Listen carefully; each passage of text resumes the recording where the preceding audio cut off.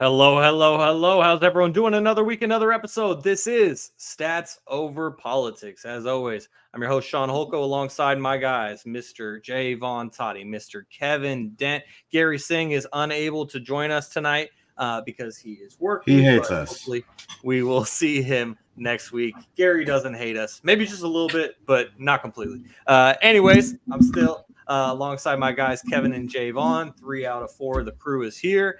And guys, we got a lot to talk about on today's episode, primarily in college basketball as March Madness has gotten down to the Final Fours. But before we get into any sports topics, Kevin, I want to start out with you. How are you doing this week? I'm doing well, man. Yesterday, as Toddy said in the group chat, Gullible Kev was on the tear, man. I woke up to something saying Devontae Smith was traded to the Cowboys for a second, and it'd be a first if they won the Super Bowl. And I'm sitting here like, yeah, no, it's April 1st. So throughout all day, I'm seeing stuff. I'm like, nah. But then I saw the Brandon Ayuk shit. I was like, damn, I'm going to send this in for shits just to see if anyone catches it. And then, of course, journalism, Shaun catches that there was an extra C in Schefter. So, it was missing. There were no C's at all. Okay, it was a missing C. So it didn't really fool them. But, I'm doing well, man. No complaints. Got to watch some great women's basketball yesterday. You're going to hear me say it a lot, man. You got to watch it. I know everyone, you're going for the show, you're going for the names, but then you watch them play and you're stuck for the whole time. So definitely women basketball lover right here.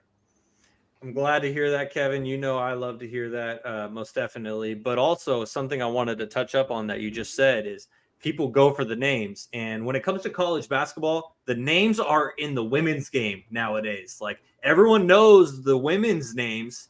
At least on my side, I know I can name you 10 superstars in the women's game. I could probably name you 5 players in the men's game. And one of them is 7 foot something, Zach Edey, who's sliding into the bedrooms and getting recorded. And that was insane. Right? Like, they would accommodate him and be like, look, dude, this little ass door is not going to work. Let the man live, too. Let the man live. You don't need to document all of his comings and goings, and pun intended. But, Jaevon, we haven't heard from you yet. The Podfather. How we doing? We're chilling, man. We went 3-2 on the hotline last week. Kevin is coming out of the picture for a reason. One of those picks that we had, North Carolina, that hurt my heart a little bit. I'm not even going to lie. I jinxed myself definitely by talking about how I don't bet on them, and then when we we come back, it all goes downhill. Arlington Renegades, they were not kind. They came out they came out hot, and I don't know what happened. Just they had a fucking center scored a touchdown in that game. Like it was a lot. I heard about that. How did that happen? They throw it was a trick play. Brad Wing, who used to punt for the New York Giants, is punting for the San Antonio Brahmas and fakes the punt. And somehow the center just gets wide ass open. He catches the ball. The center doesn't have to block the whole time. He just left the line of scrimmage. I don't know if he was playing center on this particular play. So he just somehow got wide ass open, and he could have got tackled at like the 10-yard line, but somehow he ends up scoring. But that was crazy. Destroying the YouTube sensation is the kicker for the Brahmas, and they lined up to kick like a 60-some yard field goal, and they got pushed back like 5 yards. He ended up missing the field goal, but they called a flag before, so they sent the punt unit out, and then the punt unit fakes the punt, and then that's when all the crazy shit happened. But we had some wins on there. Wasn't all losses. I'm just trying to state the losses first, because Hey, we appreciate that. Hey, what happened? What happened?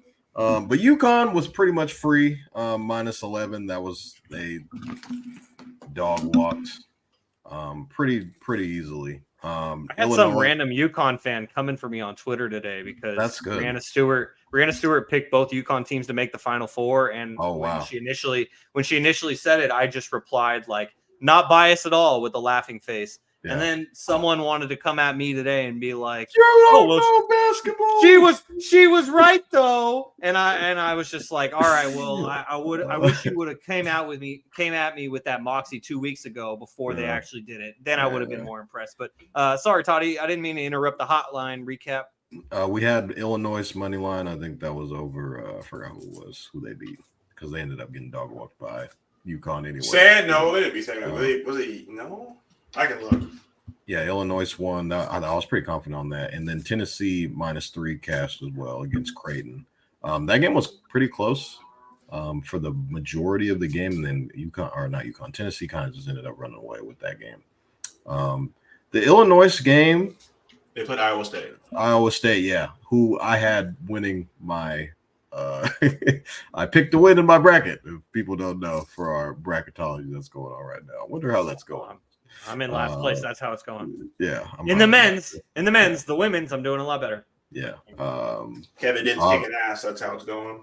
Yeah, I'm probably losing them both because I had LSU, I think, winning it all. And then I had Iowa State winning it all. But nevertheless, those were the kind of picks. I probably should have just let the UFO game off just to kind of just wait this weekend out, see what everything looks like because it's all brand new because everybody is on different teams now because everything's a little bit more compacted. They got rid of old teams. So go Defenders. Defenders lost. They did not perform. It's okay. That's did okay. not perform to what I would have liked to see. Hold on, pause. So does that still make me a bandwagon because they were not the XFL champions, they were not the USFL champions, and so I thought that I was picking a team that wasn't the favorite, but Toddy told me that I was they were the favorite this year, but probably not anymore because Jordan Tomlin looked like shit.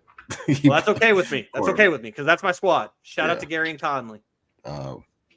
Gary put you on the UFL? That's crazy. Gary and Conley. Gary and Conley from the Ohio State University. Yeah, he's on the team. Las Vegas Raider. Anyways, a lot going on there, but hopefully we'll do better this week. I only got 3 picks this week. I think you will do better. And I mean, you went 3-2. That's still over 500, so that's still making money. And so, props to you. We will get to the hotline coming up next. But the first segment on this week's episode number 88 of Stats Over Politics, is we're going to get into the women's Final Four that will be coming up. But before we get there, we got to get to the Sweet 16. We got to get to the Elite 8. Let's find out, gentlemen, how we got to this Final Four in the women's bracket. So starting out on Friday in the women's Sweet 16, you had number 3 seed North Carolina State upset number 2 Stanford, my squad, which hurt my heart. Cameron Brink's career is over in college, but darn. So NC State. Oh yeah, she's number 2. She's number 2. Okay. She is number 2. Like there is no might. Caitlin's going 1. Yeah. Cameron's going 2. After that, it's kind of a question. Maybe Camila Cardozo, who declared this past week, maybe she goes 3. It'll be interesting to see who goes 3, but the top 2, they seem to be a lock. Cameron Brink's career comes to an end with the Cardinal in the Regional 4 Portland region. Anyways, number 3 Oregon State, they beat number 2 Notre Dame and Hannah Hidalgo 70-65. Number 1 South Carolina continued to roll, but they didn't do it easily as they beat number 4 Indiana 79-75. Number 1 seed Texas, they beat 4 seed Gonzaga 69-47. And then that takes us to Saturday. Number 3 LSU, the reigning defending undisputed national champions, they beat number 2 UCLA 78-69. Number 1 Iowa rolled past Colorado 89-68. Number 1 USC got past Baylor 74-70, and number 3 UConn beat Kara Lawson's Duke Blue Devils 53-45. So that was the results from the Sweet 16. Kevin, I'm going to toss it to you first after all the high praise of women's basketball from this past weekend. Just what did you enjoy the most about the Sweet 16, and were there any big surprises to you? Because for me, NC State knocking off the Stanford Cardinal, that was a huge shocker for me. No, definitely. I Stanford win it all. You had me convinced. I was Stanford all the way. I tried. Cameron Brink. Sorry, I apologize. It was sad to see him go down. It was really sad to see him go down. So, but then again, being a Dookie, the ACC love is riding high through me. Any other team I'll support in the ACC besides Toddy's team. We don't even speak of them. The adult league team that they have over there. But that was probably the biggest thing is NC State. Just continuing to shock the world. I know it's kind of unfortunate they're playing South Carolina, so whoever won that game was eventually probably going to lose. I really thought Stanford might have had a chance. They might have been the only team to have the chance because they have the size. But NC State is I feel like both NC States got set up for a free trip for some free gear and a one-way ticket, two-way ticket. They're not booking for 2 days. They know what's coming. Oh, very interesting. And Toddy, another upset that I was surprised by was number 3 Oregon State, led by Madison Beer, defeating number 2 Notre Dame that has the freshman phenom in Hannah Hidalgo. And so did you want to talk about another upset or just South Carolina continuing to roll? What were your observations from the women's Sweet 16, Jaevon? The one that stuck out to me was South Carolina. The close game that South Carolina kind of played. Shaun kind of already mentioned Camila Cardozo, who had declared for the WNBA draft earlier this week or this past week. And they've pretty much been dominating everybody. Like I go back to the game 1 against Presbyterian, they won by like 52 points.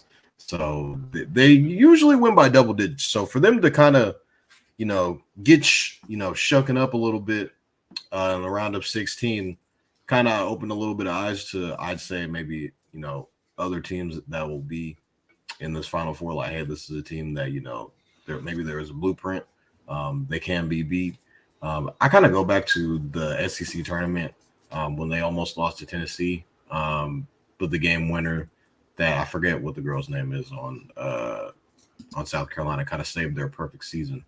So they've been, I don't know if it was Tennessee that they played that they hit the game winner on the SEC tournament. I think it was, if I'm not mistaken. I think it was. And Tennessee, speaking of Tennessee, they fired their head coach who had been there for 5 years, and they hadn't won the SEC since they shared it with South Carolina, I think back in like 2015. The reason why I really wanted to mention that is because I also mentioned Kara Lawson, who is currently the head coach at Duke. I saw a report that said around basketball circles, Kara Lawson will not leave Duke for anywhere except for her alma mater, Tennessee, which now has a vacancy. So it's quite interesting. And as Jaevon is alluding to, who knows? But Kevin says the sisterhood, we shall see if she ultimately stays. But that is the one job that I think Kara Lawson would leave Duke for. But anyways, Jaevon, and you were talking about how SEC got past Tennessee in that SEC tournament. Yeah, so I'd say just South Carolina not blowing anybody out by 20 points was kind of a shocker to me. But I think it'll start to tighten up in the Final Four as we get to see this coming up weekend. Yeah, and I'm really looking forward to it because the Elite Eight from this past weekend was even better than those Sweet 16 games. Not as many upsets, except for, I guess you could consider 1 or 2 upsets because you do have 2 number 1 seeds moving on and you have 2 number 3 seeds moving on.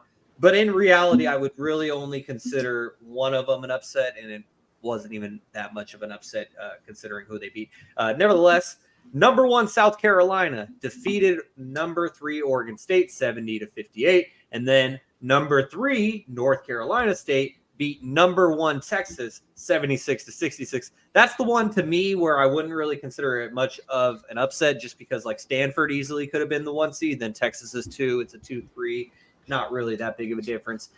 But gentlemen, that was the first half of the Elite Eight.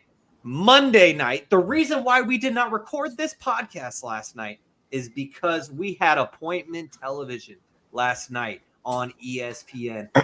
Number 1 Iowa upset. I guess you could say it's an upset because they're the reigning, defending, well, won't be reigning and defending much longer. Undisputed national champions being number 3 seed LSU as the Hawkeyes prevailed 94-87. Caitlin Clark has another 41-point masterpiece. And then in the nightcap, number 3 UConn, led by Paige Beckers, defeated number 1 USC, Toddy's team, and Juju Watkins, the Dynamo freshman, as the Huskies move on 80-73, and the Huskies move on to their 23rd Final Four appearance in program history. Gino is arguably like, rest in peace, Pat Summitt.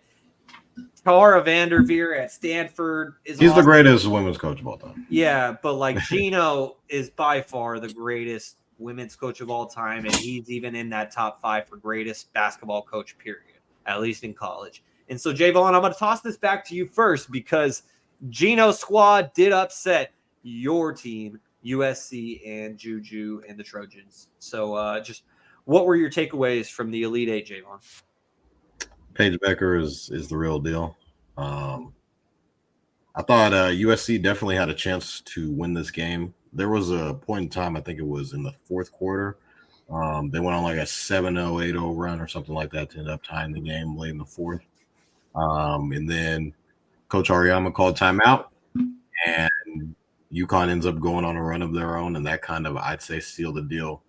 Kind of saw that Juju was pressing at the end to try and, make a play happen rather than just going with the flow of the offense. But she was just trying to lead her team to victory. But I kind of just thought that, throughout the game, UConn kind of just, I'd say, pretty much controlled the game, and USC was kind of hanging around the entire game. It never felt like USC was really in contention for winning. It felt like they were always just playing catch up or matching whatever UConn was doing. And it kind of showed at the end where, USC was really just unable to hit shots. You just saw UConn getting every easy shot that they could. They were getting, drives to the basket. There was wide open cutters. They were hitting open threes. You name it, pretty much. And Forbes didn't really show up the way that I thought she would for USC, as Kevin and Shaun kind of. The reason why you see those reactions on our faces is because Juju and Mackenzie combined for like 50 points, and then the rest of their team had like 15 to 20. And so I don't know what you mean by that. I just thought that she pretty much had to match whatever that Juju was going to be doing. And I get that you're talking about her having, 28? Oh, I'm definitely looking at the wrong stat line. 24. I'm definitely at the wrong stat line. She definitely went off. So, yeah. Put some respect on the lady out of Folsom's name. She definitely went off yesterday. But, I mean, it was kind of just them two. And nobody else. It was really just those two. And she saw 5-15 from 3.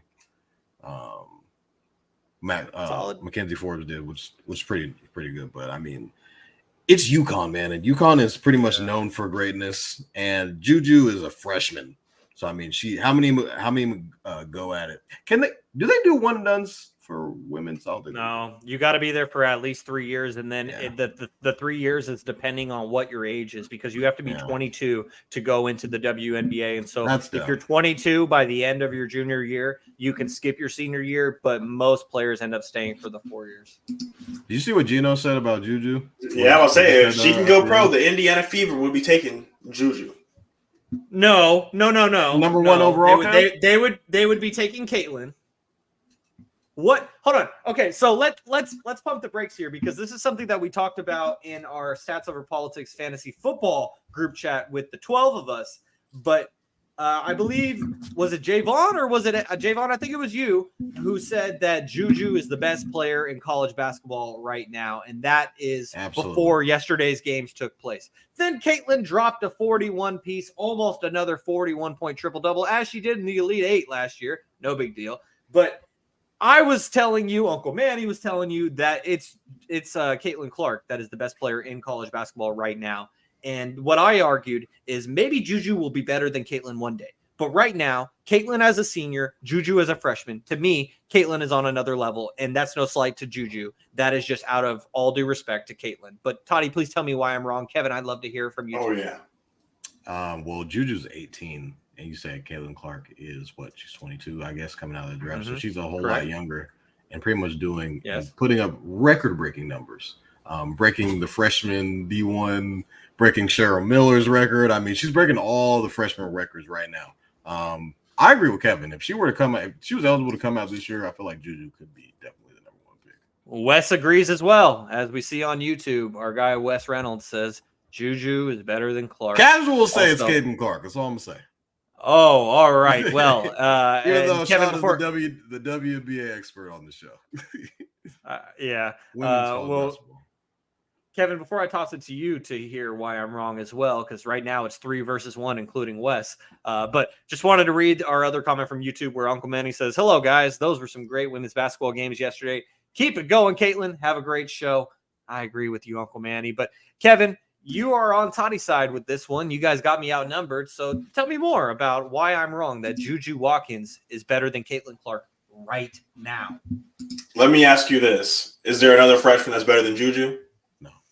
No. You don't look at any of her peers and say, Hannah Hidalgo, I do, but Juju is clearly better. Clearly, if you have seen yes, she is clearly better, but Hannah Hidalgo is the only freshman right now that I would even think about in that conversation.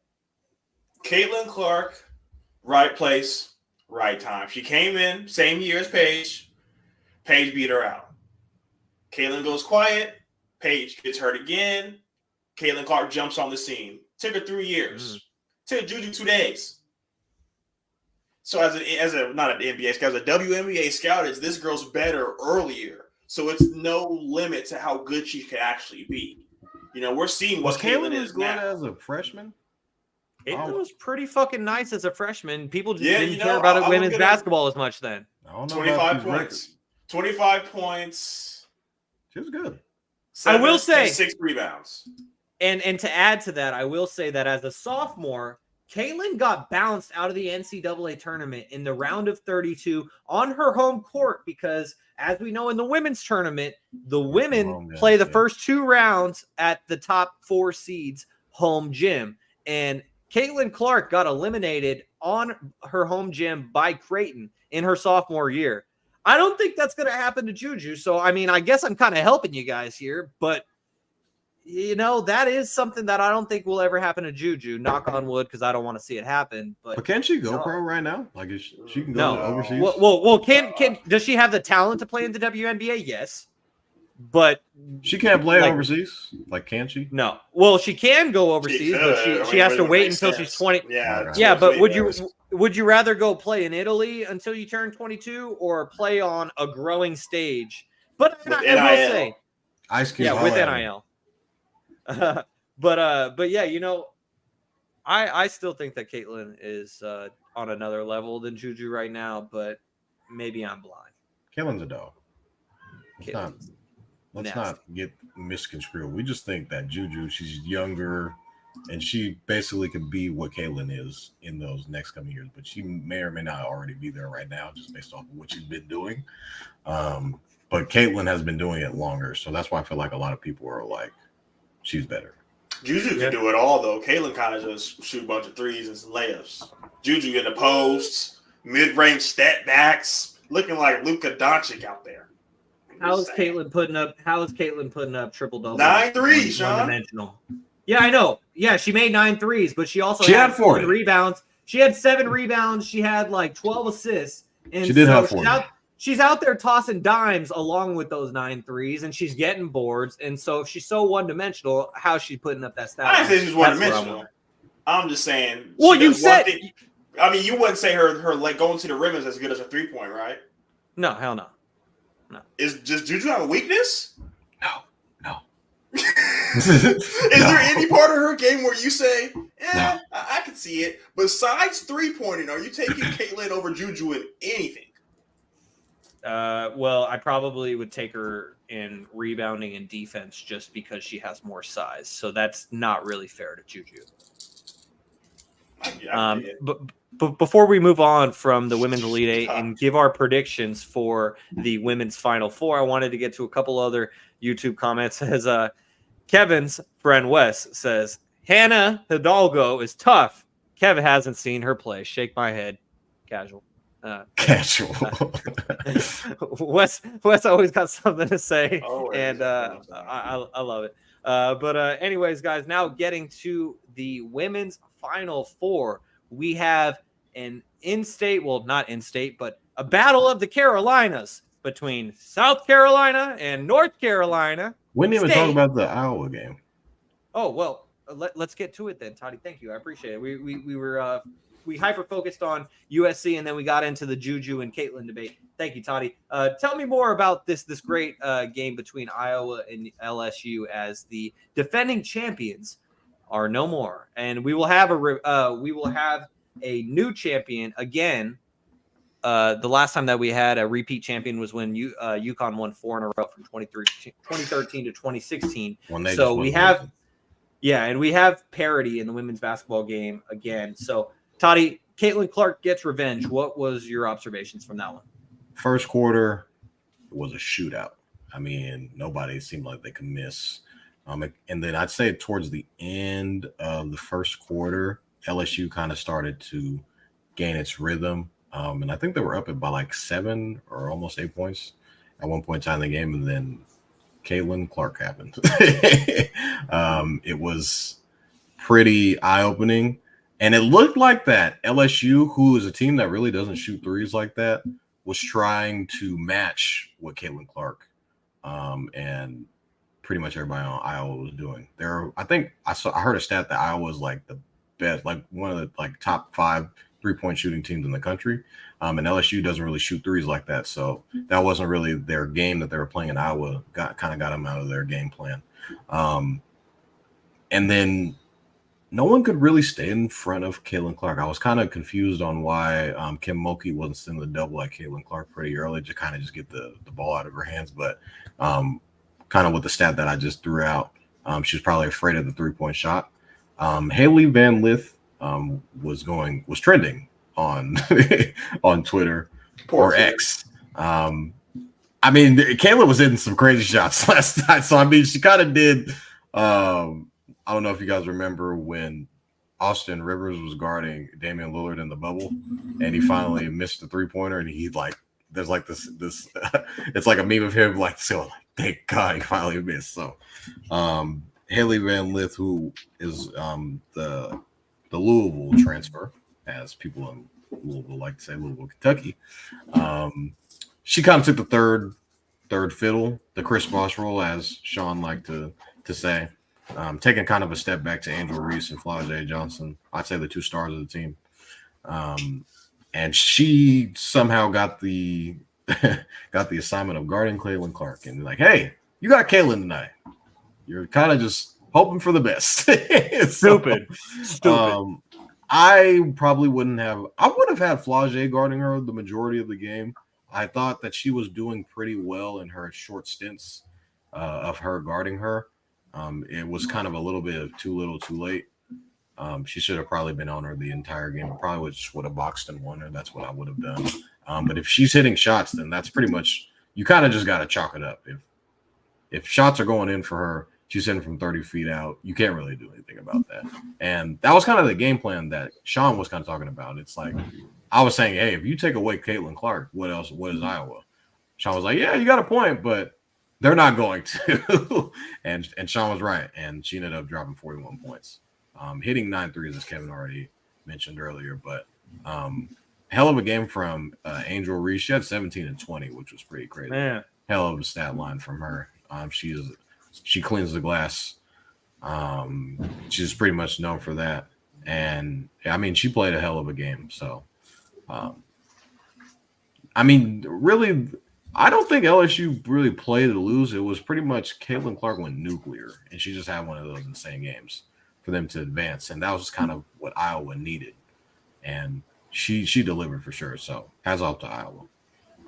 Yeah, and I just wanted to touch up on Angel Reese real quickly before I toss the mic over to Kevin, because in addition to her great stat line that she had in this game, like, she really tore it up early, and then she injured her ankle, and she wasn't as productive after that. And, you know, I really sympathize with her right now, because as Kevin knows, Toddy, you may not know this yet, but I sprained my ankle yesterday. I'm moving apartments, and I climbed up on a shelf, and the shelf broke, and I fell to the ground, and in the process, sprained my ankle pretty bad. Thought I broke it, but thankfully I didn't. But I just got a pretty bad sprain. So I'm just amazed by how athletes I'm just amazed by how athletes like Angel Reese yesterday are able to do that and then still go and try and play a sport at the highest level. And Adrenaline. also, yeah, it is the adrenaline for sure. But something about Angel Reese yesterday is late in the game, she fouled out on what they called a charge. And the Iowa defender did not have their feet At set all. at all. Shuffle And it. it sucks that they weren't able to really review it. You can't review their calls in college. That's weird. I guess it's whatever, or I know for sure that the coaches don't have a challenge, and I think that's the biggest difference in it. And I don't think it was under 2 minutes either. It was like 3-4 minutes to go. And so Angel, her LSU/college career likely comes to an end with that foul when it definitely was a block. Nevertheless, sucks for her. But the last thing I wanted to say about Angel is that what she had to say after the game, I just thought was very revealing, and she just poured her heart out. And she just revealed everything that she has gone through since she put that crown on, like Toddy alluded to there, and they won the national championship last year. And if you guys haven't seen or heard what Angel Reese had to say, I'm not even going to try to sum it up. Just go watch it. It's worth your time. But Kevin, Iowa wins this game 94-87. Caitlin Clark's going back to the Final Four. But overall, all angles of this game, what did you think? So this was my first Iowa game. As Wes said, I'm a casual. I've seen LSU play a couple times. They were my early DraftKings bet to win it all. But, I fell into the hype. I was a casual. But I was thinking that there's no way they lose this game. You have one person. You can't stop one person. Ask Kentucky if they could have stopped the dude from Oakland. Just one person you got to stop. But much credit to Kate Martin and Cindy. I'm not even going to try to pronounce her last name. Well, those girls can ball, because like I said at the beginning of my monologue, you come for the names, but then you stay because there's so much of a supporting cast. Iowa had those two girls, like I mentioned, and then LSU, a freshman, Michaela Williams, is a bucket. And then they had the transfer, Anissa Morrow, who averaged 26 points and 12 rebounds at DePaul. So I don't even know if Haley was the third option, Toddy. They had some bucket getters on this team. Yeah, there's like 3 or 4 girls. Yeah, Haley's damn near fifth option at this point. She's just there to bring the ball up the court and pass it off. She's more of a facilitator now. And another thing that I noticed is they just don't sub in women's basketball. It's just not a thing. We just got to rock with 5-6 people and pretty much and let it go. Play the entire game. I mean, half of these teams are injured. I know, not for Iowa as much. I think LSU has a couple injuries, but then you look at a team like UConn. UConn had more players in sweatsuits that were injured than they had in jerseys on the bench, and so it's really unfortunate for them. That's why their Final Four run is so remarkable. But anyways, just back to the game between the defending champions and the team that they beat in the title game last year, Kevin. I'm just happy to see Iowa get their rematch. They got to get back, in the national championship. Caitlin didn't play bad, but her supporting cast didn't show up. So to see them show up really goes a long way. And, it sucks to see LSU go out like this. And I agree with Toddy. I think Flage should have been guarding Caitlin from the jump, from the tip. Just face guard and do whatever you can, because if you can stop Caitlin, it's a damn sure you can stop the rest of the team. But, Caitlin is moving on. She probably had the most legendary Final Four picture with all the confetti on the ground with the trophy. So it's going to be interesting, but I'm definitely looking forward to seeing them play UConn. And it was crazy because Caitlin said UConn didn't even recruit her one bit. So Iowa's going to beat UConn. Yeah, I definitely think so as well. So now, Kevin, you kind of just got to it there, but let's talk about it. With the women's Final Four coming up this weekend, as I began to talk about before, because we damn near skipped ahead. And thank you, Jaevon, for stopping me, because I really wanted to talk about that game. But getting now to the women's Final Four, we have a battle of the Carolinas with South Carolina versus North Carolina State, Jaevon, because it's not the Tar Heels, who they beat by 40-something points. And then, as Kevin just mentioned, you have Iowa versus UConn. And so, Jaevon, I'm going to toss it to you first on this one. Who you got in each game? And then on top of that, who you got winning it all as the women's national champions? So give me South Carolina over NC State. They're favored by 11.5 points. Wink, wink. I just think South Carolina. I think NC State is obviously. I think they've been on an insane run. Kind kind of just knocking off people left and right. But I feel like they're running into a juggernaut here in South Carolina, who's probably going to win by double digits and probably going to cover the spread. Wink, wink. UConn versus Iowa, that's probably going to be the game that most people will be tuned into because obviously it's Caitlin Clark. Paige Becker's going to be playing as well. But I do think Iowa, wink, wink, favored by 2.5 points, is going to probably come out on top. Caitlin Clark's probably going to have, I'd say, a 30-plus point game. Don't know what her over-under is, but her over-under definitely cashed yesterday. I think it was 31.5. So a lot of people were betting the over on that. She was at like 20 at halftime. So people were feeling good going into it. So I like Iowa going up against South Carolina. Now, so Iowa would, if my prediction is correct, if I'm saying this correctly, Iowa would be playing South Carolina in the championship game. I think Caleb runs into a wall in South Carolina. I do think Dawn Staley is probably the best coach right now, arguably, in college basketball. I think what she's been able to do in the past couple of years, send a whole bunch of girls to the WNBA and, building the team that she has currently right now. I think South Carolina is kind of like LSU, but on steroids. I feel like they have a lot of very, very good players.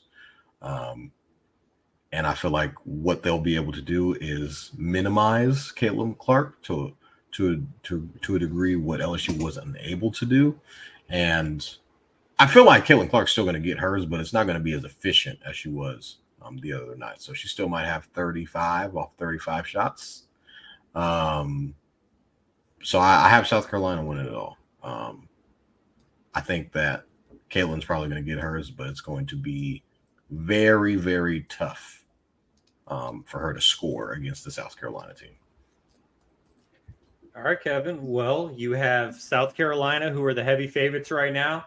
Iowa's number 2. Then that takes you to UConn, and NC State is definitely not favored going into this Final Four. But where do you see this headed, Kevin? South Carolina versus Iowa. I think it's going to come down to the undefeated champs or the undefeated team versus, Caitlin Clark and her Disney story. And, I'm going to shock the world, It's her senior year. She broke. If she wins it all, they're going to make a movie. She's going to win it all. And, they're going to – Brock Purdy, they didn't get to make that movie. They were right there at the end, and they lost the Super Bowl. They had to throw the whole film out. So you know what? Leave my quarterback's name out of your mouth. Caitlin Clark be the new the It Girl, the new Disney movie. So they got the script going, and they're following her around like it's the Last Dance. They're waiting for it. They're waiting for the yellow and black confetti to fall. Oh, man, that documentary – it's gonna be one to live for. So Disney I'm gonna go Iowa all the way. All right. Well, then that leaves it to me. The expert. I wouldn't call myself an expert, just a fan. But this is really interesting because on one side you have Caitlin Clark versus Paige Beckers, and kind of as Toddy mentioned earlier, Paige Beckers was it before Caitlin Clark really landed on the scene. I mean, Paige Beckers went to the Final Four as a freshman, if I recall correctly. And so this is a really interesting matchup. I absolutely loved what Paige had to say after the game yesterday, where she was just talking about just her faith and how she feels that she was really challenged, but it was God's way of building her character and just seeing how resilient she truly is. And now she's here. And so I absolutely love it. But unfortunately, I am going to side with you guys, and I think Iowa moves on against UConn as much as I want to root for Paige. And then that takes us to the other side, South Carolina versus NC State. NC State, they're nothing to sneeze at. I know everyone's picking against them because they're playing South Carolina. South Carolina's undefeated. Dawn Staley's the greatest coach in the game right now. And everyone's picking South Carolina. But let's not forget, as I mentioned earlier, NC State beat number 2 Stanford. They beat number 1 Texas. So beating another number 1 seed wouldn't be crazy, but they're not going to do it. South Carolina's going to win this game. The pump fake was crazy. Pick the Gamecocks by double digits. They're going to be moving on. Digits. And then that brings us to the national championship, the unanimous national championship that the three of us here on Stats Over Politics have. South Carolina versus Iowa. I almost said Iowa State. South Carolina versus Iowa Hawkeyes. You know, on paper, going into this matchup, you could view it the exact same way that Jaevon viewed Iowa's matchup against LSU yesterday, where you have Caitlin Clark versus a squad. And one may favor the squad, especially one that's led by Camila Cardozo and who's been absolute beast mode. Like, who's going to stop her? Forget about stopping Caitlin Clark. Who's going to stop Camila Cardozo? That's the real question that's posed. But I think back to over a year ago on March 31st, 2023. Now here we are 368 days later because we did have the leap year. But I think back to March 31st of last year, Iowa played South Carolina in the Final Four, and Iowa won 77-73. The Hawkeyes, they held future number 1 overall pick Aaliyah Boston to 8 points, 10 rebounds, and 3 assists. Camila Cardozo off the bench had a better stat line with 14 and 14. In that game, Caitlin Clark had another 41 piece, as she's done it now twice in the Elite Eight. The other time that she had 41 was in the Final Four last year against South Carolina. Caitlin Clark, in 38 minutes, scored 41 points, had 8 assists, and 6 rebounds. I'm sided with the Disney story here. I think Caitlin Clark wins it all. I didn't have this matchup in my bracket. I think I had, let's see.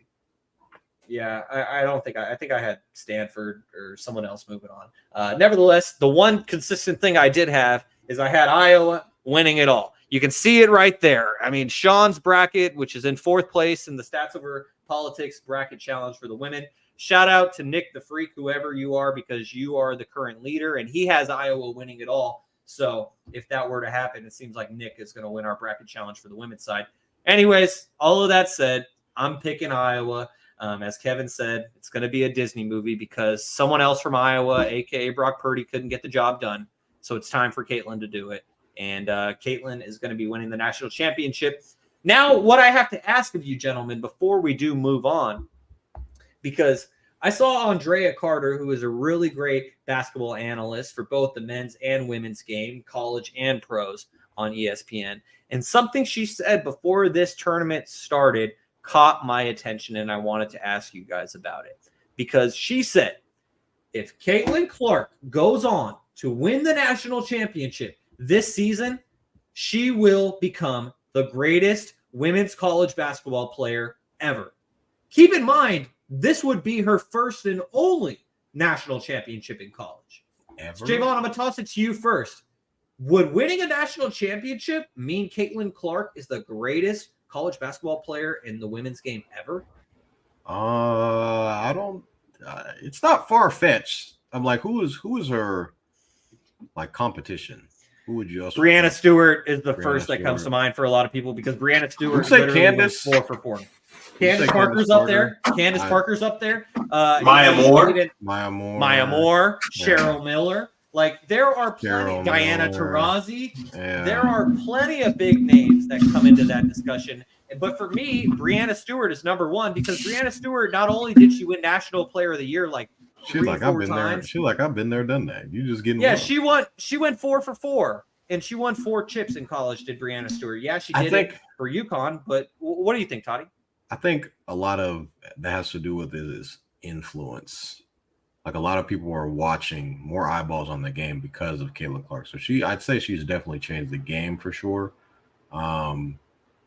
Maybe best player ever isn't the right word for her. I feel like most influential would be a better word because a lot of people are a ton of more eyeballs are on because of Caitlin Clark. I mean, fucking Ice Cube offered her $5 million to come out of high school. Did Brianna Stewart get an offer from anybody that you didn't like? There wasn't a victory indented yet. Hold on. Let's talk. Let's talk. This is pre-NIL, so that might have something to do with it. the NIL money may or may not have something to do with it. But, well, that's post. I mean, that is post NIL. Like she would be getting the $5 million after she leaves college, though. So it has nothing to do with NIL. So I mean, I don't know if she's the best, but definitely probably most influential. Like a lot of people say, Allen Iverson is probably the most influential for basketball from a cultural standpoint. Maybe he wasn't the greatest player of all time, but definitely one of the most influential. Like a lot of people wanted to be like AI. I think there's a lot of girls upcoming right now playing basketball want to be like Caitlin Clark. Well, Kevin, what do you think? Do you think if Caitlin Clark won the national championship this season and the Disney movie comes to fruition, like you and I both? Oh no, if she wins, they're making a Disney, but they go. It's already No. I understand, but the question is if that actually happens in real life, would winning a national championship make Caitlin the greatest college basketball player on the women's side ever? Because she's already has all the records. Yeah. There's not another 4-star walking in an Iowa jersey. Breonna Stewart went to UConn. They won 4 natties in a row, and I know she was the GOAT, but I'm pretty sure they would have won 4 without her. You know what I mean? That was a machine. All of these players had really good players alongside of them. Caitlin Clark is doing this shit by herself. She made a program that wasn't relevant. You know what I mean? Yeah. Like, no one was talking about. Is she from Iowa, Shaun? Yes, she is. She's okay. You know, she's a neighborhood hero. Like, if she takes this school to the national championship game 2 years in a row and they win one and lose one, yeah, she has to be the best of all time because she could have fucked around and won 2. We can be talking about her 2-peating by herself, single-handedly. So if they're able to win this game, she definitely has to be the greatest player of all time. Or college player. If she was on UConn, would this be like a better argument because UConn has had a whole bunch of talent kind of come out, kind of notoriously known for sending a bunch. There's a lot of legends that definitely went to UConn, Hall of Famers, I'd say for damn sure.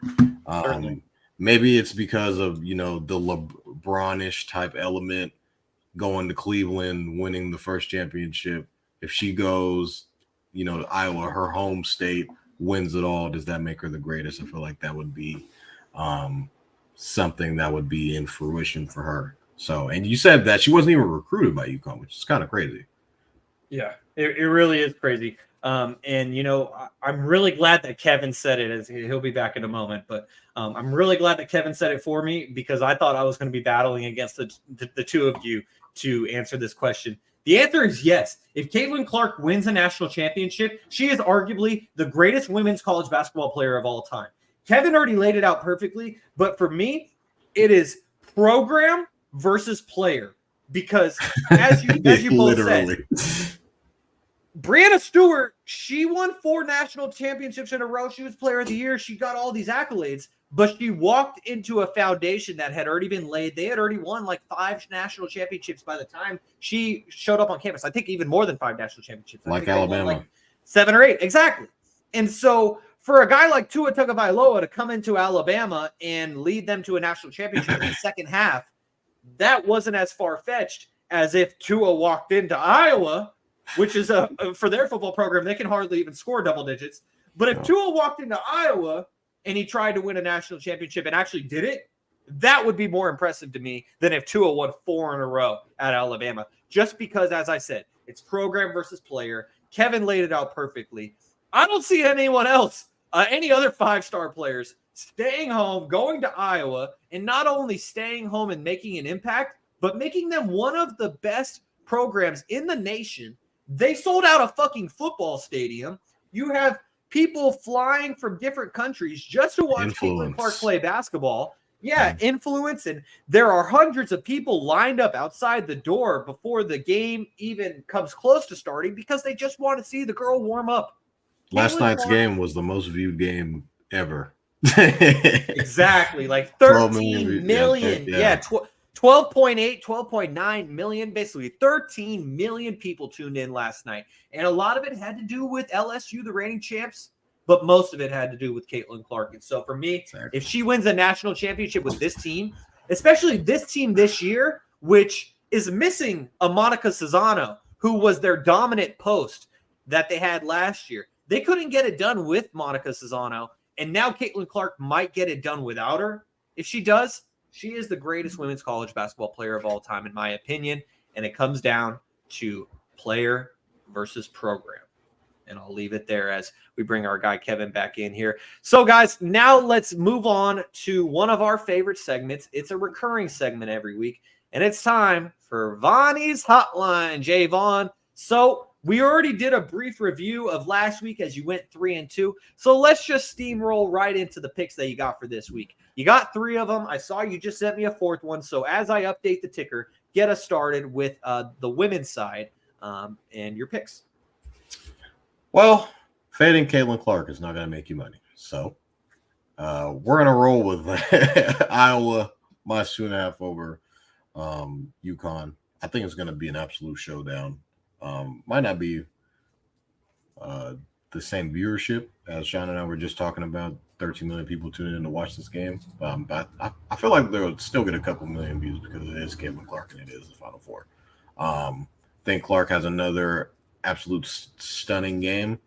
Probably has a 30-plus point game. I think Paige Becker is going to have something else to say about it. I think it's going to be very close throughout the game, and Iowa will probably run away with that at the end. So we're going to roll with Iowa minus 2.5 on the spread. Second game, the Boilermakers and Zach Edey made it to the Final Four. A lot of people, including myself, have faded Purdue in the past. Shout out to St. Peter's. What a magical run that was a couple years ago. Made me so much money. They were just it was an honor to watch them play basketball. That was with Jaden Ivey at the helm, Kev's boy. But NC State, man, there's just something about them. Something about them, man.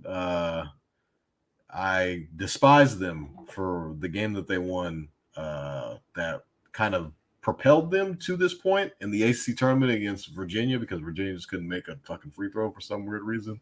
And, you know, a buzzer beater at the end of regulation, and they went in overtime, and they've kind of just been on a roll ever since then. And this DJ Burns kid, who apparently people are trying to recruit to go to the NFL for some weird reason, I don't know. I thought it was a fake report because it came out yesterday, like, oh, he wants NFL guys. I'm like, dude, he's a basketball player. Like, you want him to just play football already? Like, damn. But I just think just the way that they've been playing, I've already been seeing Purdue is favored by like fucking 10 points already. I mean, NC State was 6-point dogs in this game against Duke.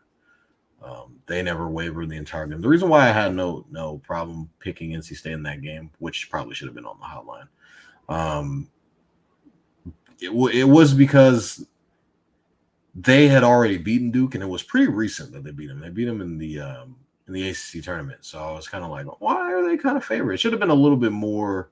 Maybe Duke should have slightly been favored, like -1 or 1.5, but not by 6 points. But in this game against the old Boilermakers and Zach Edey, who just is coming off a 40-point game, they've kind of been they played closer games. They didn't win their conference. They lost to Wisconsin in like an overtime showdown. Illinois ended up winning their conference. So NC State has the ability. I don't know if they'll necessarily win the game, but I definitely think they can cover the 10-point spread. I think DJ Burns is a dog. Does he get drafted, Kev? Did DJ Burns get drafted, you think? I'm not so sure. To the NFL? Yeah. To the NFL, not the NBA. Yeah, not the NBA. Edey, I think is a lot of people are kind of starting to come around on him.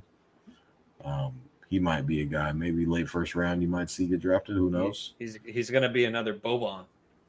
But we'll see. Definitely has to improve. He'll have to be able to know how to shoot the ball in some capacity at the next level. But we're going to roll with NC State, plus 9.5.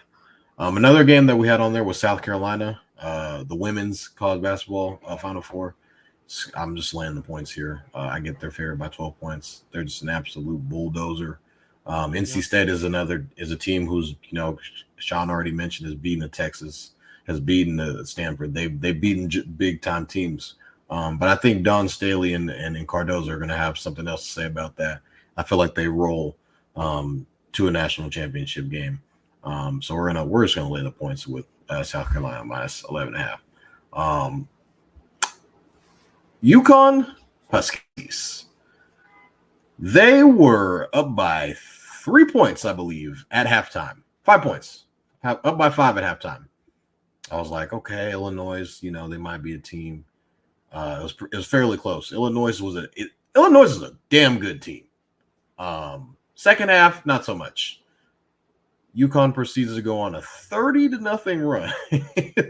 How do you score 30 straight points and not allow the other team to score? It was remarkable, the things that they're doing. They've won every game by double digits. They have covered every single game that they played in the entire. This is dating back, I think, to last year's tournament. I want to say that they're undefeated against the spread, going back to last year's tournament as well. So UConn, I said that South Carolina was an absolute bulldozer. Fucking UConn is a freight train coming at you 100 miles an hour. I get Alabama. They just, coming off an insane win against my Tar Heels, unfortunately. But it's UConn, man. They just figure out how to beat teams very easily. And it's very hard to gamble against them right now. I get that they're laying 12 points here. Just don't be afraid of that 12, man. That 12 is it's gonna turn. If you watch the live line, it's just gonna keep going up. It's gonna go to 15. It's gonna go to 17. Next thing you know, it's at 24.5. And they do this against really good teams. Like Illinois literally won their conference. They won the Big Ten tournament. So UConn's doing that to tournament champions or to the conference champions, and it's insane. So UConn minus 12. So kind of to recap everything for the hotline, we're rolling with Caitlin Clark on the minus 2.5. We're rolling with Dawn Staley and Camila Cardoza minus 11.5 against NC State in the Final Four. We're going to go with NC State on the men's side, plus 9.5 against the old Boilermakers and Zach Edey. And we're rocking with UConn minus 12. They're an absolute bulldozer, freight train. Like, they just can't be stopped. So, yeah, there you have it for the hotline. I wanted to put some UFL on there, but I kind of wanted to just wait it out and just watch all these teams, see how they play, because a whole lot of bullshit going on. Do your homework. A whole lot of bullshit going on. Yeah, it would basically just be like blind betting at that point.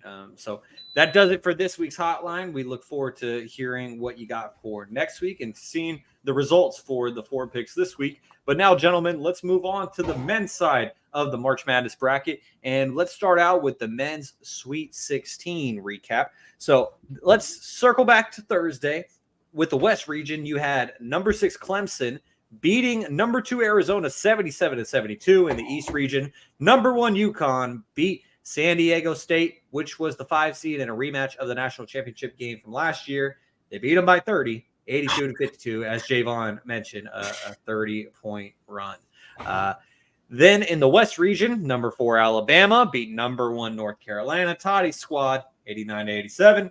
And back in the East, number 3 Illinois beat number 2 Iowa State 72-69. Then that brings us to Friday with the South region. Number 11 NC State beat number 2 Marquette 67-58. And number 4 Duke beat number 1 Houston 54-51. Then that brings us to the Midwest, where number 1 Purdue beat number 5 Gonzaga 80-68. And number 2 Tennessee beat number 3 Creighton 82-75. So, Kevin, I'm going to start things off with you if I can actually talk properly. But just what were some of your takeaways from the Sweet 16? The biggest thing from the Sweet 16, Toddy knows his name better than I do. The Houston player, the star player, All-American, Big 12 player of the year. Yeah. Seeing him go down, Toddy and I talked before the game. He's like, so how are you thinking? I was like, we're not losing to one guy. Like, there's no way this one guy beats us. And I told Toddy, I said, this one guy's not going to beat us. And unfortunately, he went out. So you take it with a grain of salt. So I think that was probably the biggest shocker. He got like 16 points or something. Yeah, he was cooking, bro. He was cooking with yeah. grease. Yeah. So it was looking ugly for us for a while. But unfortunately, to see the Tar Heels go down, it was very shocking to see Clemson go down. Or not Clemson go down, to Arizona go down. So the famous national championship backcourt of R.J. Davis and Caleb Love are learning Chinese and getting passports and getting ready for the next stage of their careers. And it was very sad to see all the Shanghai Sharks and all this stuff, and it was very funny to see, and I know it was very hurtful for Toddy. I know he had plans for playing later in the weekend, but like he'll tell you, he doesn't ever bet on the Tar Heels. At the time he does, they're packing their bags. So it was fun to see them go down. But definitely, I think the biggest shocker to me was Houston's player going down, and that really changed the whole game. Jaevon, will the real life love story of Deja Kelly and Mr. RJ Davis, will the real love in basketball, will that be a long-term relationship now that RJ is headed over to China? She right there with him. She's not going to the league. Oh yeah, I don't. Yeah, Deja's not. Nice. It's really disappointing too, because I think back to a couple years ago where it's all fun and games till RJ Davis signs with the Kings. Oh, yeah, Shanghai Kings, Stockton Kings, yeah, not the Shanghai Sacramento Kings, Stockton Kings. I mean, the even Montreal Mako Kings. Toddy, I heard your son right there. Mako was even saying Stockton. He gonna play Lithuania, where the Ball brothers used to play.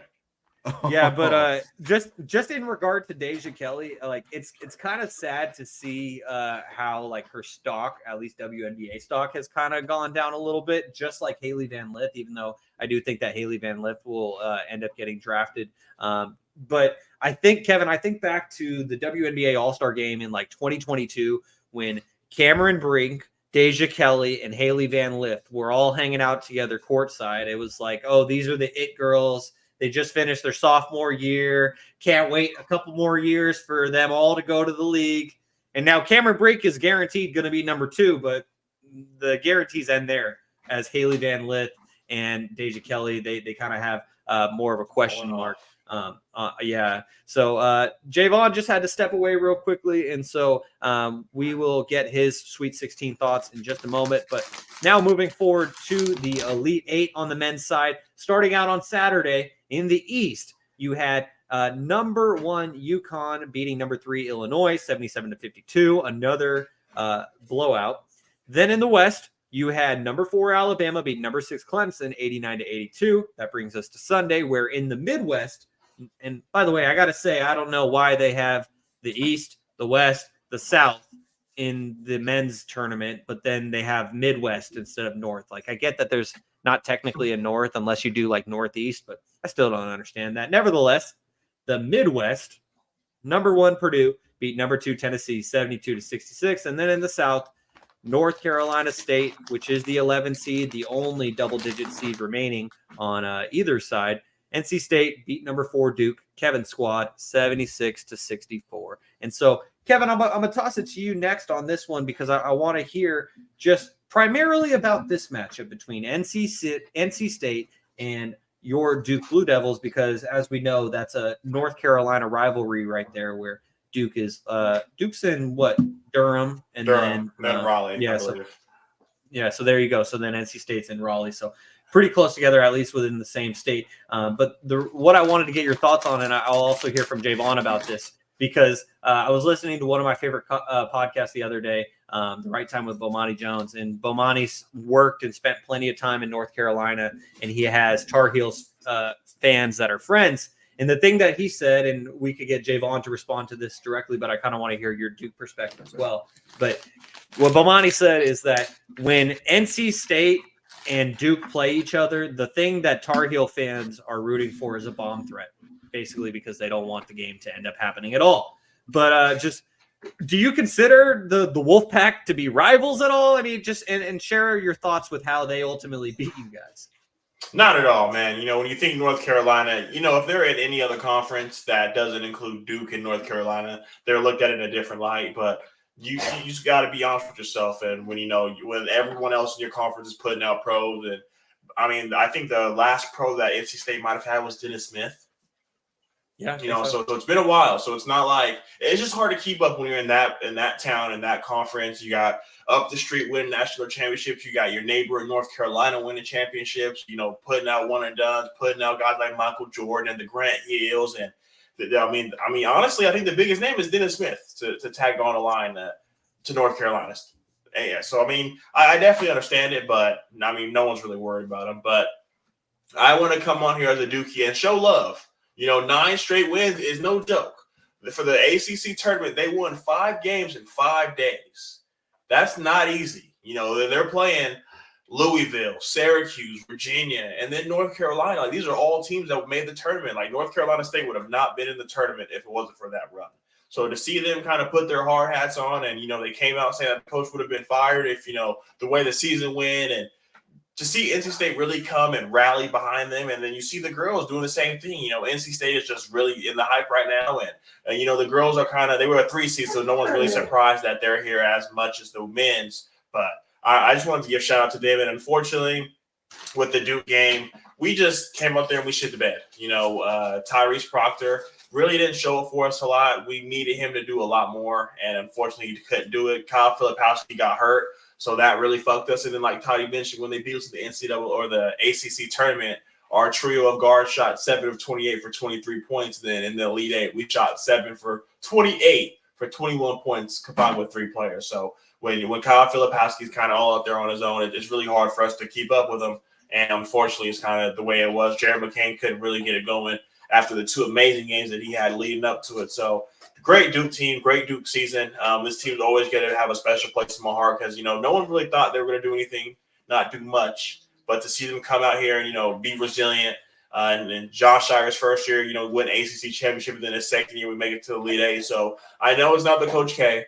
And like you guys mentioned on past episodes, my tournament bracket name is We Miss Coach K. It's just little things. Shire's, just getting there. But we're going to bring in a loaded class next year. I'm excited to kind of see what our roster looks like from 1 to 12. But I'm really excited for what the future holds at Duke. But unfortunately, we did go home packing. Yeah, but, making it to the Elite Eight is nothing to be ashamed of, as you laid it out there, especially with John Shire still getting his feet under him fully as the head coach at Duke. Because, they have a territory at Duke on the campus called Krzyzewskiville. So anytime that you're replacing someone who has a whole area on a college campus named after him, it might take a little time to meet those expectations exactly and to try and keep up. But I love the emergence of DJ Burns that we've seen just throughout this NCAA tournament, because he's the guy who I think was in the 2018 draft class. This is his 6th year in college or whatever. And he was in the same draft class as the Zion Williamson, another Dookie. And for him to ultimately finally get his shine after all of these years, when someone like Zion, because DJ Burns was number 3 in the 2018 class. Zion was number 1. And so he was practically, even at that time, Zion was on a whole nother level. DJ Burns was basically in the same discussion with him, but he ultimately kind of faded back. And so whether if he gets drafted to the NBA or the NFL, that's to be seen. But I just love what we're seeing from DJ Burns so far. And the last thing I'll say in regard to that is it's just really cool just getting to see him get the love that he deserves, because even Nikola Jokic was talking about him in his post game. And then I saw DJ's reaction where he was like, "Oh my God, Joker's talking about me." That's really cool. And so it's cool to see him get his shine right now. Whether or not that continues this weekend against 7-foot-something Zach Edey, that is another question. So now, Kevin, let's get to our men's Final Four predictions, because as I mentioned, we have number 11 NC State versus number 1 Purdue on Saturday at about 3 o'clock Pacific Standard Time. And then we have number 4 Alabama versus number 1 UConn, the reigning defending undisputed national champions, Saturday at about 5:45. So what do you got here on the men's side, Kevin? So we talked about UConn's winning streak. We talked about NC State. Let's talk about Purdue. Zach Edey, they've always been a team. Shaun's a Big Ten follower, just like myself. So Purdue's been kind of coming up the creeps slowly but surely. They get upset here and then. They just can't crack that hump. Now they're finally here. They're in a Final Four. And to see them kind of have this opportunity, you would love to see them go and win it all.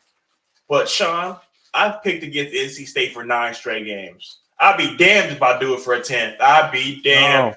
All right. Disney movie might have to flip to NC State. They might fuck around and do it. I mean, they're playing with house money. A lot of people say when you play with house money, no matter what outcome happens, you're gonna win. This NC State. We talked about them being compared to the Deuce and North Carolina. The fact that they're in a Final Four is insane. Like, to the impact where DJ Burns is emailing his professor, like, look, I'm lit. Like, we're going to a Final Four. Can we please change the day of the exam? The professor's like, hell yeah. Like, let's do it. This is mine. So whatever happens, like, they're going to walk away with a W. Not only for their program, but they were going to fire their coach before this run.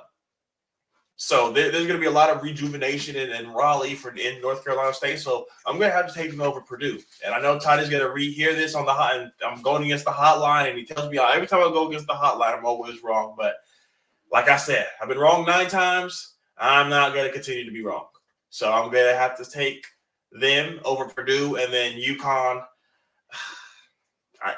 I just don't think you can pick against UConn. I love Alabama. They were able to shock the world against North Carolina, but I think their run comes to an end here. I think it's just a juggernaut. Toddy mentioned since 2013, they have blown out everybody. From their first game against Iona last year, which 13, they beat them by 24. They played St. Mary's, beat them by 15. Arkansas beat them by 23. Gonzaga beat them by 28. Miami beat them by 13. And San Diego State in the national championship beat them by 17. So they're rolling on. And then this year, Stetson, 16 seed, beat them by 39, beat Northwestern by 18, beat SDSU, the team they just played in the national championship, by 30 points, and then spake Illinois. Toddy mentioned it. Illinois was no team to kind of fuck around and say that they're not good. Illinois deserved to be there, and they played. They won their conference. Like, they were a hell of a good team, man. For UConn to be only up 3 points at halftime, and then, you go get a snack at halftime, and you come back, and it's 24 points. So I'm definitely going to have to go UConn, and then eventually, UConn versus North Carolina State. And I told you, Shaun, if I'm not going voting against 9, I'm not doing 10, and I'm damn sure not doing 11 if 10 hits. So North Carolina State, national championship. DJ Burns turns himself into a first-round NFL draft pick. This guy is about to win a college championship, and everyone's focused on his NFL stock. And, given his size, I don't blame you guys. Man, I would absolutely love to see that. I really would. I think when I think of NC State, I think of Jim Valvano running onto the court in 1983 after the air ball gets retrieved, and can't remember the guy's name, but he puts it up for a layup, and it's just a perfect storybook ending. And then obviously Jim Valvano eventually passes away of cancer. They now have the Jimmy V Foundation, and his legacy lives on forever. Kevin, I'm not sure what you believe in, but I have faith in God and everything. And I wouldn't be surprised if Jim Valvano's pulling a little strings here and there, and he's leading NC State on this run, because he easily could have been in that same position that their head coach was in. Then they rattle off all those wins in a row. Then they continue it in the NCAA tournament, all to get to this point where they're facing against freaking Zach Edey, who is just a monster. But I'm going to rock with you, Kevin. I think that NC State beats Purdue as well. I was gonna ride with Purdue until I saw that they had to play against NC State. To be honest, you probably won't love this, but if Purdue was playing Duke instead, I would have picked Purdue. But there's just something magical about this NC State team that I think that they ultimately end up beating Purdue in the Final Four. And let's not forget, Zach Edey and this Purdue team, they lost and had their season ended by a double-digit seed the last 3 years. It's about to happen for a 4th time when they lose to number 11 NC State in the Final Four. Then that takes me to the other side, where you have number 1 UConn, the reigning national champions, against number 4 Alabama, who have gone on their own run here without the former number 2 overall pick in Brandon Miller, who led them last season amid all the controversy and everything. I'm going to put it to you simply. it's UConn versus the world right now, and I think UConn is going to win this game by double digits, and I'll just leave it there. Then that takes me to potential back-to-back champion versus the Cinderella, the true Cinderella of NC State. And man, Kevin, you and I, we were on the same page when it came to the women's side. No fucking way about to say this.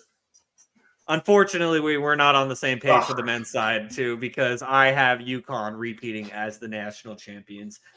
For the person who wanted to reply to me on Twitter today telling me how great your UConn teams are and how right Brianna Stewart was, selfishly, because of that person, I don't want UConn to win the national championship, but at this point, it just seems inevitable. Like, Hurley just got them playing on a whole nother level at UConn right now, and it just seems like it's inevitable and inevitable at this point. And, you know, yeah, just like Thanos. And honestly, Kevin, we might have to start talking about UConn as the greatest basketball school ever, point blank period. Yeah. Like, Jaevon may not like hearing that because North Carolina obviously has had so much success on the men's side, the women's side, a little more hit or miss. But I can't think, and I'm not a college basketball expert, so there's probably a lot of people who could think off the top of their head programs, both men's and women's, that are comparable to UConn. But at least while you and I have been alive, Kevin, since the late 90s, it's been UConn versus everyone. And it seems like we got a resurrection of that again with both on the men's and women's side. So it'll be interesting, but unfortunately, I have UConn defeating NC State in the final of the men's college bracket. So as we close things out here on episode number 88 of Stats Over Politics, Shaun Holko alongside Kevin Den, our guy, Mr. Jaevon Toddy, had to dip out as I believe he is attending to some podfather duties, which obviously take priority as they should. But Kevin, we got to Jaevon's favorite segment earlier. Now let's get to yours as it's time for Fact or Cap. Definitely. We are back at it again with another segment of Fact or Cap. And this one hits home a little bit, so I'm interested to see where Shaun has to go. So, Shaun, I'm going to swing it to you.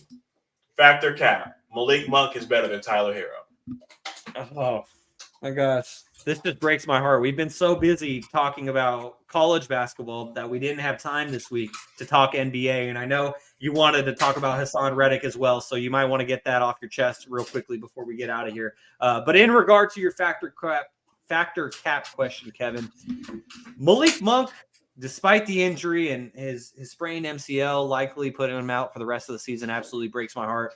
But Malik Monk is definitely better than Tyler Hero, and I think he proved that. Jaevon told me years and years ago when Malik Monk was almost out of the league as a member of the Charlotte Hornets, Toddy told me, he's a monster, Shaun. You need to get with the ways. Like, Malik Monk is ridiculously good. And I saw a guy who could barely score 10 points off the bench for a terrible Charlotte team. And I was like, how is this guy a monster? Maybe when he was at Kentucky alongside De'Aaron Fox, he was a monster. But I don't see it. I'm sorry, Jaevon. I don't see it. And I was so wrong. I could not have been more wrong because Malik Monk is truly a monster.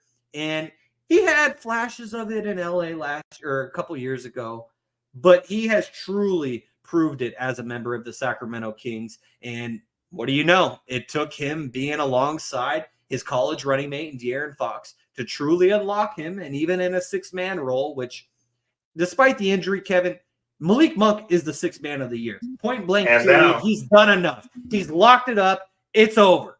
If he doesn't win 6th man of the year, I'm going to be pissed because he is certainly better than Tyler Hero, and he is better than plenty of other 6th men in the NBA, even though Tyler Hero is starting now, nevertheless. This is a fact. Malik Monk is better than Tyler Hero. And I'm going to go right there with you. I think this is a fact. And a lot of people are going to see this on social media and say, this is called Stats Over Politics. Malik Monk's averaging 15 and Tyler's averaging 21.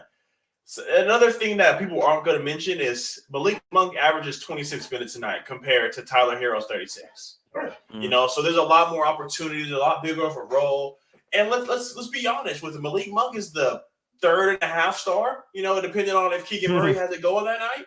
So Tyler Hill's a starter. You give Malik Monk 36 minutes we're going to see Malik Monk put up 20 points. If he's doing it in 26 minutes, if he's he can make up 5 points. Malik Monk is, and everyone thinks of him as a scorer. He's one of the best assisters coming off the bench in the NBA. So I think Malik Monk, the numbers might not show it because it's different roles. Tyler Hero is, I guess in the regular season, the number 2. Is that fair to say? And then when the playoffs come, he comes to number 3 behind Jimmy and Bam. But in the regular season, Jimmy's been hurt this year. So Tyler Hero's had a lot more reign of freedom. And like you mentioned, he's been a starter now. So being a starter, you get more. There's a whole different flow of the game versus Malik Monk having to come in so late. So I'm going to have to say this is a fact as well that Malik Monk is better than Tyler Hero. All right. Well, that's going to do it for episode number 88 of Stats Over Politics. Make sure to give us a like on YouTube and subscribe. It helps us a lot. And if you enjoy the podcast, make sure to get all notifications when you subscribe. So when we go live, you can know.